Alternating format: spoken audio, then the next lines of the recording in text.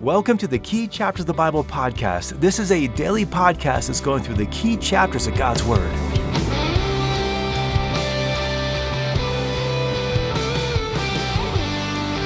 I love starting my mornings. I've got my little sofa and I got a little gas fireplace and I grab a cup of coffee. I've got these beautiful views of the mountains and I just start out my day in God's Word, just meditating on these passages, putting some thoughts together and then coming to you with them. And it's just been such a pleasure and such a privilege to be a part of your fellowship with the Lord that we might together be growing in Christ. So as we're now going to 1 Samuel chapter 4, let's talk about how the ark was captured. You've probably already read the chapter, so we're just going to highlight some of the setting situations going on here. The people of Israel now in the promised land, they did not fully drive out the nations, and so they are now suffering the consequences of their disobedience. We're going to see that throughout their history, they're going to be just having to battle other nations. And so one of the people they battle were the Philistines. You may have heard of Philistines because David and Goliath. Goliath was a Philistine. And so here's one of their early battles.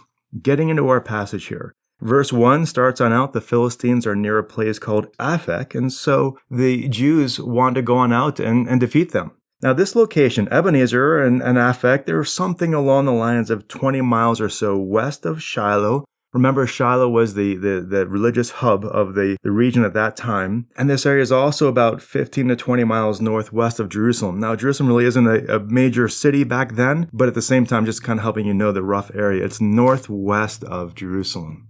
And so the Israelites go and they go battle the Philistines near Ebenezer, but they're defeated. About 4,000 of them are destroyed or killed. Verse 3, the people take this as a sign of God. They wonder, why has the Lord defeated them? The Hebrew is literally, why did the Lord strike us? And so it was very clear that the Lord was not with them. And they thought about it and they said, well, you know what? It's because we didn't have the ark with us. And so they send some people back to get the ark, and Eli and his sons hear about this, and they figure, well, that's probably a good plan. And so they agree, Hophni and Phinehas, Eli's sons, agree to take the ark into battle. And so they bring the ark on back to the battlefield, and when the Jews see it, they're just so excited because, well, that's obviously the solution to our problems. In verse 6, the Philistines hear this upcry, and they're wondering what's going on. In verse 7, they figure out, oh, it's because the ark is there. Now we're dead. And they're terrified. In verse 9, they say, you know what? Let's just galvanize. Let's be men. Let's just fight our hardest.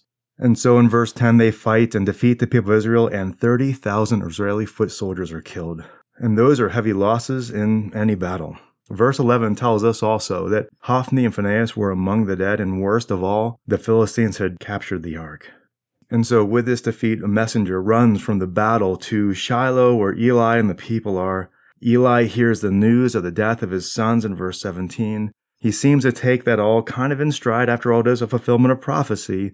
But when he hears the ark of God was captured by the Philistines, oh, this is too much for Eli. He falls off his seat and breaks his neck and he dies.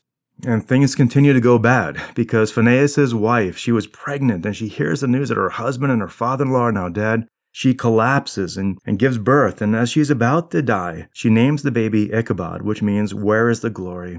And this whole tragic scene serves to underscore the obvious displeasure of God over his people. And so that's the passage. That's 1 Samuel chapter 4. Now, why is this a key chapter in our study of the Bible? Well, here's a couple reasons. First, this is giving us the backstory of the transition from the Judges to Samuel. At this point, Samuel is something of a young man. He's maybe 29, 30, in that range or so. And now he's going to have tremendous responsibility placed on his shoulders, and he's going to be leading Israel for the rest of his life. We're going to see that Samuel is a faithful, devout leader whom God uses to bring about something of a revival among the people as he turns them back to God, and God even uses him to anoint Israel's first two kings.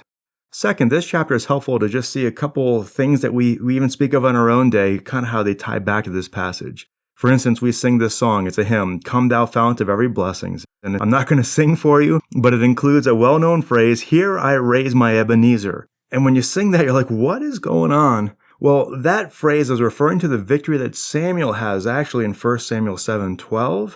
But the victory there is so sweet and joyful because of the loss here.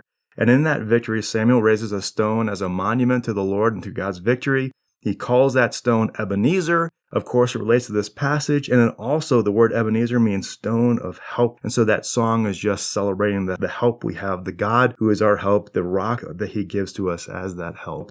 Now, there's also another term that we use in today's phraseology that comes back to this passage also, and that's the word Ichabod.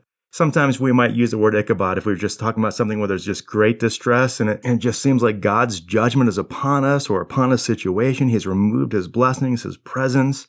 And we might say, well, it just seems like it's Ichabod. And that term originates to this passage here.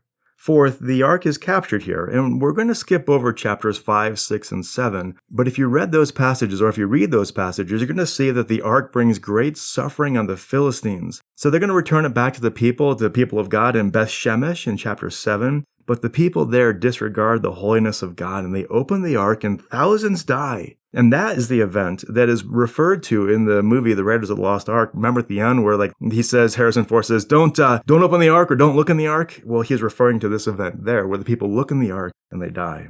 The ark is not something to play with. It is not a toy. Well, now as we wrap up this chapter, let me just kind of go over a couple takeaways from this passage here. For one thing, this passage shows us a common mindset that people have. These guys go into battle and they're like, what happened? Why'd we lose it? And they figure, well, it must be because we don't have the ark with us, which is basically a variation on rabbit's foot theology. It's thinking that somehow this actual physical thing has power.